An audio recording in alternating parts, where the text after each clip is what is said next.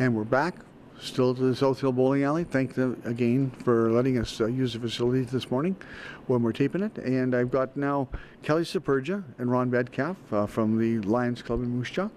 And Kelly, of course, is one of the spokespeople for the White Cane Week, which is coming up. Well, as you watch it, it'll be on. So, Kelly, tell me a bit about White Cane Week, please.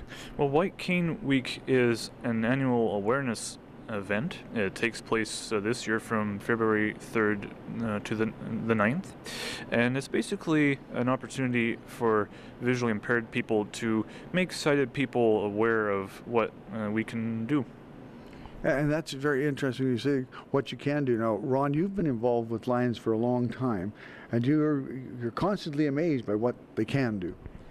Indeed I am, especially when it comes to the bowling that we have here every Monday. In fact, next week we have a challenge between the White Cane Club and ourselves. Well, we make ourselves visually impaired, among other things, and any advantage that we might have had, trust me, disappears. But we have a wonderful time doing it. It's great fun any week, but this week especially. Kelly, what's your average? Oh, I think I'm probably, I don't know, in the 60, 70 kind of region. Okay. As far as bowling goes, I'm not the greatest when it comes to getting strikes or anything, but I have a good time doing my best anyway. And that's what, of course, that's what bowling's about, is having a good time. And I was looking for your name up on the they have little plates above each alley or lane that tells who has the top score. Now, do you bowl regularly yourself, Ron? I don't anymore. I have in the past. I should say, just as an aside here, that we do have some visually impaired bowlers with averages well up into the 100s. 150, 160, that kind of thing. And I've personally been here when they've achieved over 200, and they're lucky to see the pins at the far end of the alley. So they could give me some lessons, trust me. Well, great. Now, the Lions Club has taken this as a particular interest in they have many programs that they support, but the White Cane seems to be a very high profile and very successful one. If I understand correctly, the clubs have been associated, I believe, since 1955. I, of course, have had much less experience with that, having moved here in 2006, but it has been a long, long time. There's a very strong association between the two clubs. Well, I was talking to Margaret Fortman, who helped arrange this, and she was saying that next year is the 60th anniversary. I think it's 60th. Yeah, it's The 60th anniversary, and she's the only charter member left of the club. But 60 years of, and so that would put us back in 1955 or so. And yeah. Now, Kelly, you're not just a bowler. You have many aspects to your life that I think people would find quite fascinating. Like, for a living, what do you do? Well, I have a home-based business called KJS Productions, and you can find more information about that at www.kjsproductions.com, all one word. And what I do is I'm a musician, and I produce a variety of material for, let's say, I do jingles for radio stations, primarily internet-based ones. I've also done voiceovers for those stations and music for computer games, and I've also produced little infomercials, you might say, for some companies that do product presentations, such as there's a company in Montreal called Humanware. They produce a lot of talking book machines for blind and visually impaired people like myself, and I did a few little infomercials about a couple of their products a few years ago. And you're also, you mentioned, alluded to it, that you're a musician. And you were talking about being with a gig. Now, you're the band and stuff? Well, I do play at a couple of jam sessions. We have... What are you playing? Oh, I have an accordion. Okay. I also play keyboard, electric bass guitar. I'm sort of learning the electric guitar. That's proving to be a bit of a challenge, but we're getting there. And I also have some harmonicas as well. So, yeah. I can't play any of those. I can play the radio.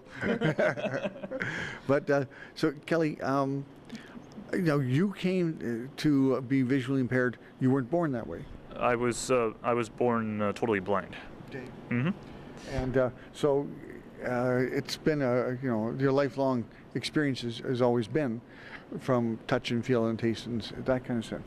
Mm-hmm. So what do you, how did you manage to grasp all these other skills? Well, through various means. Of course, with music, I've always been interested in music. In fact, I still remember when I was very young, we used to have a little chord organ, you might call it. It was a little organ with buttons like you'd find on an accordion, and no bass buttons or anything, just the chords. And I played that for a few years until I was about, I think, 6 or 7 when I got my very first true electronic keyboard, and it just kept going on from there.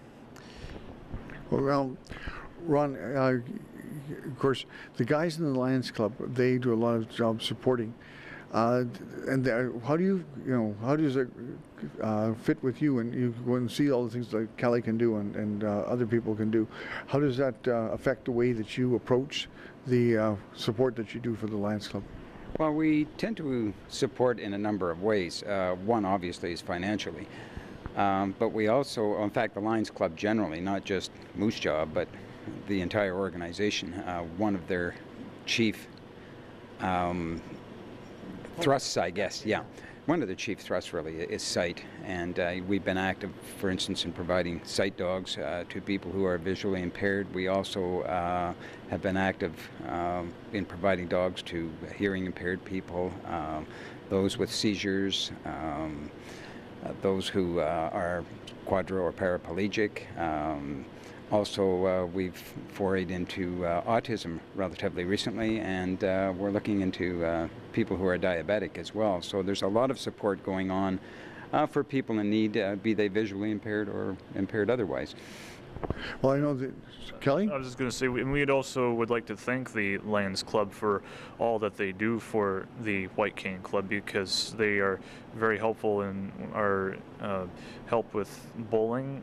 They assist us, of course, also with transportation for our Cribbage tournament, which is taking place after White Cane Week. Oh, Cribbage tournament? Yeah. Where do you go for that? Well, I'm not personally involved with that at the moment, but I am learning the game as I can. I played on the computer, and there's other things that they help us with as well. And in addition to the bowling, we also are having our provincial bowling tournament here in Moose Jaw this coming May. Oh, okay. 19 is not a good score to get in cribbage, Kelly. just so you know. I can tell you a little about the cribbage if you wish. It's typically held in March, twice a week. Mo Olson coordinates it. He's with the Lions Club. Sometimes it'll go about a week or so into April. There's sort of a round-robin type of approach to it, where every player plays, and it's held actually at the Tea Eaton Center. Each person plays each other, and the winning person, and there's some pretty strong crib players, goes provincially and ultimately nationally. We've had provincial and national winners come from Moose Jaw, so not a small thing. They've been really quite accomplished there, and there's some pretty good crib players. Wow. So, Kelly, maybe that's some goal you can set for some time in the future. I'm definitely hoping to become part of that. That does sound like a pretty interesting game there. Well, and as we're winding down here, I want to congratulate you on being selected to be district governor for the Lions in the coming year. That's a pretty big responsibility. You were describing your territory that you have to cover. Yes, it extends basically from the Alberta border to the Manitoba border, and north from the U.S. border to partway up Highway 11 to about the Crake area, west again. So it is very large geographically. What kind of things does a district governor do? Well, district governors, in part, I mean, there's a lot that we do, and probably more than I would have time to describe here, but it involves usually visiting each club, bringing the message of international, because we are foraying into a lot of things that maybe done locally and there may not be, but certainly passing those messages along, things that are happening in Saskatchewan, things that are happening locally. Some of these clubs are just super accomplished, and sometimes just letting them know how well they're doing is a good thing too. So I'm actually looking forward to visiting these clubs next year, and I've had some experience, particularly last year, in visiting with the district governor's team around some of them, and I've got to know some of the people, and it's been sort of neat. Good for you guys. Well, so Kelly, the White Cane Week takes place from the 3rd to the 9th, is that correct? Yeah. What are the events besides the bowling and the World Championship being held here, the challenge, when the Moose Jaw Lions Club will go down to defeat at the hands of the White Cane Club? Is that right? Well, we're going to do our best to see about that, I guess, but we'll see what happens. But well, I know in other cities, they do have other events, like I think curling is one, and I'm not sure about this, but I think I've heard that I think it's Ontario, they actually have hockey for blind people. Now that would be very interesting to play. I've never, of course, experienced that, but it would be an interesting thing. Well, I think they use. I know they play a kind of a soccer game, and they have a ball that has bells in it, and that's how you can hear. Goal ball, that it's called. Yeah. Have you played that? No, but I do have a goal ball. It's like a really big rubber ball, as you say, with bells, and I think you're supposed to try to get it from the opposing team, if I remember correctly. It's. I think you have to have a lot of like knee pads and things on there for that. I think. Yeah. Well, guys, thank you for taking time this morning to come down here to the bowling alley and share with us, share about what White Cane Week is. And is there a theme? Is there a theme phrase this year, Kelly? I don't think so. No. Well, we could come up with one, maybe. Get the Lions. Get the Lions. Well, the Riders already got one. So thanks, guys, very much for being here. And thanks to you for taking the time out. Thanks to you for watching. And we'll see you again soon on Moose Jaw this week. Thanks for inviting us. Absolutely. Thank you.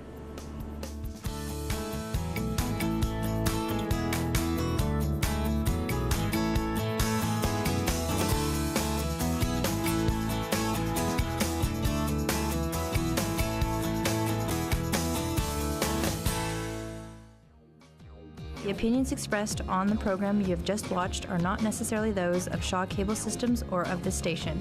Through our access policy, we provide the opportunity for community groups and individuals to express their points of view.